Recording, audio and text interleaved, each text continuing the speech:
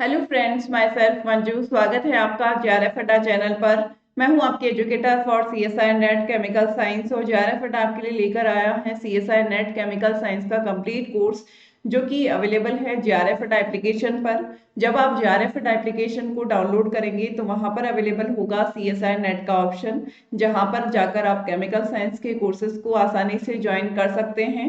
इस कोर्स में आपके पेपर के तीनों ही सेक्शन एबीसी आपको कंप्लीटली कवर करवाए जाएंगे। आपके लिए यूनिट वाइज क्वेश्चंस की प्रैक्टिस होगी, आपके लिए डाउट सेशंस रखे जाएंगे जिसमें आप अपने डाउट्स को क्लियर कर सकते हैं, और प्रीवियस ईयर के क्वेश्चंस पेपर आपको सॉल्व करवाए जाएंगे, और जो नोट्स है, कंटेंट है, वो आपको अवेलेबल करवाया जाएगा। और जून 2024 एग्जाम के लिए हमारा बैच स्टार्ट हो चुका है, तो जल्द से जल्द ज्वाइन करें हमें जेआरएफ अड्डा एप्लीकेशन पर।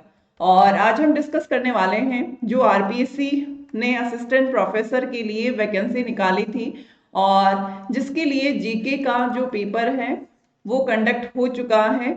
और कई स्टूडेंट सोच रहे हैं कि उनके मार्क्स कम हैं तो आगे अब उन्हें तैयारी करनी चाहिए या नहीं करनी चाहिए, यानी कि कौन सा स्कोर जो है वो सेफ स्कोर है आगे की तैयारी के लिए, तो उसका आज हम डिस्कशन करने वाले हैं।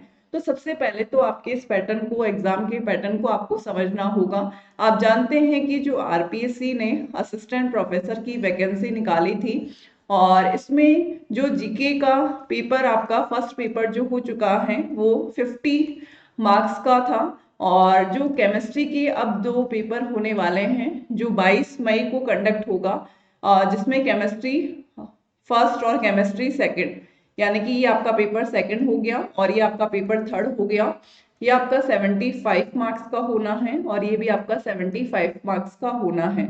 इस तरीके से आपका जो टोटल वेटेज है वो 200 का है, और 200 में से ओनली और ओनली आपके 50 मार्क्स का पेपर कंडक्ट हुआ है, वो है आपका जीके का।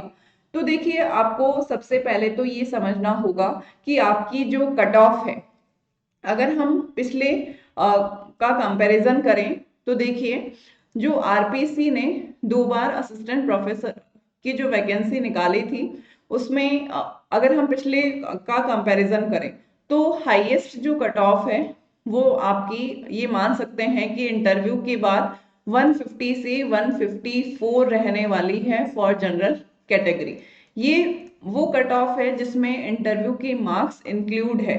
और इसमें अगर हम देखें तो पिछली बार जो सीट्स थी वो आपकी 40 सीट्स पर ये एग्जाम कंडक्ट करवाया था, और अब की बार जो केमिस्ट्री की वैकेंट सीट्स है वो 80 सीट्स पर ये एग्जाम कंडक्ट करवाया है, यानी कि पिछले के कंपैरिजन जो सीट्स है वो डबल है। यानी कि अगर हम ये माने कि कंपटीशन का लेवल अगर इंक्रीज हुआ है या फिर, तब भी आपकी जो कट ऑफ है वो पिछली बार के कंपैरिजन में उसके अप्रॉक्स ही रहने वाली है। मतलब पिछले बार उससे बहुत ज्यादा ऐसा नहीं होगा कि 170 चले जाए या 160 चले जाए, मतलब एक दो नंबर आगे पीछे हो सकते हैं, लेकिन ऐसा नहीं होगा कि बहुत ज्यादा कट ऑफ में आपको फर्क देखने को मिलेगा। अब देखिए, आप जानते हैं कि 50 मार्क्स का आपका पेपर कंडक्ट हो चुका, और वो था आपके जीके का। मान लीजिए किसी स्टूडेंट के 15 मार्क्स है, मान लीजिए किसी स्टूडेंट के 20 मार्क्स है, मान लीजिए किसी स्टूडेंट के 25 से अबव मार्क्स है। ये वो मार्क्स है जो बहुत ज्यादा, एक तरीके से हम कह सकते हैं, एक्सीलेंट कैटेगरी में आते हैं। यानी कि इन स्टूडेंट्स को एक तरीके से बहुत ज्यादा सब्जेक्ट में एफर्ट नहीं लगानी पड़ेगी अगर उनकी अच्छी तैयारी, मतलब ऐसा नहीं होगा कि हाँ सब्जेक्ट को आपको अच्छा करना है, लेकिन ये वो मार्क्स है जो एक्सीलेंट कैटेगरी में है, और ये अगर अपने सब्जेक्ट पर फोकस करेंगे तो आसानी से इनका जो एग्जाम है वो क्लियर हो जाएगा।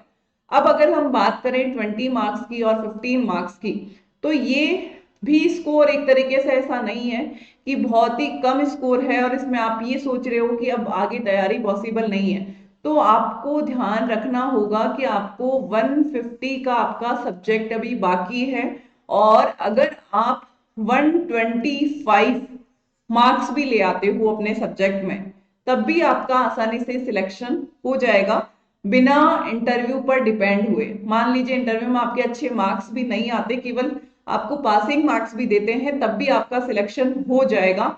ये वो बात है जब आपका मान लीजिए स्कोर बहुत कम है। तो आप ये सोचिए कि आपको सब्जेक्ट को किस तरीके से अपना अच्छा करना है और आपका टारगेट ये हो कि 125 प्लस मार्क्स लाने का।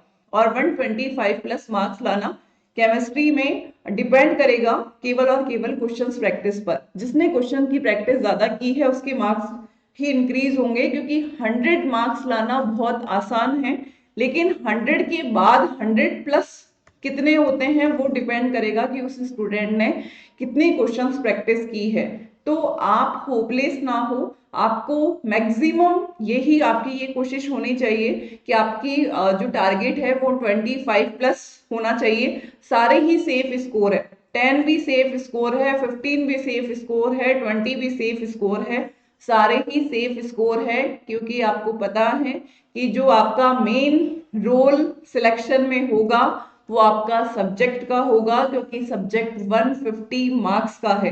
तो आप बिल्कुल ये ना सोचें कि अब तैयारी करने से कोई फायदा नहीं है, कुछ भी नहीं है, बहुत टाइम बचा हुआ है और इस टाइम में पूरी की पूरी केमिस्ट्री आसानी से कवर हो सकती है। लेकिन आपको रेगुलर स्टडी करनी होगी और बहुत ज्यादा एफर्ट्स लगाने होंगे, और आपकी कोशिश यही होनी चाहिए कि आपके जो मार्क्स हो 125 प्लस हो।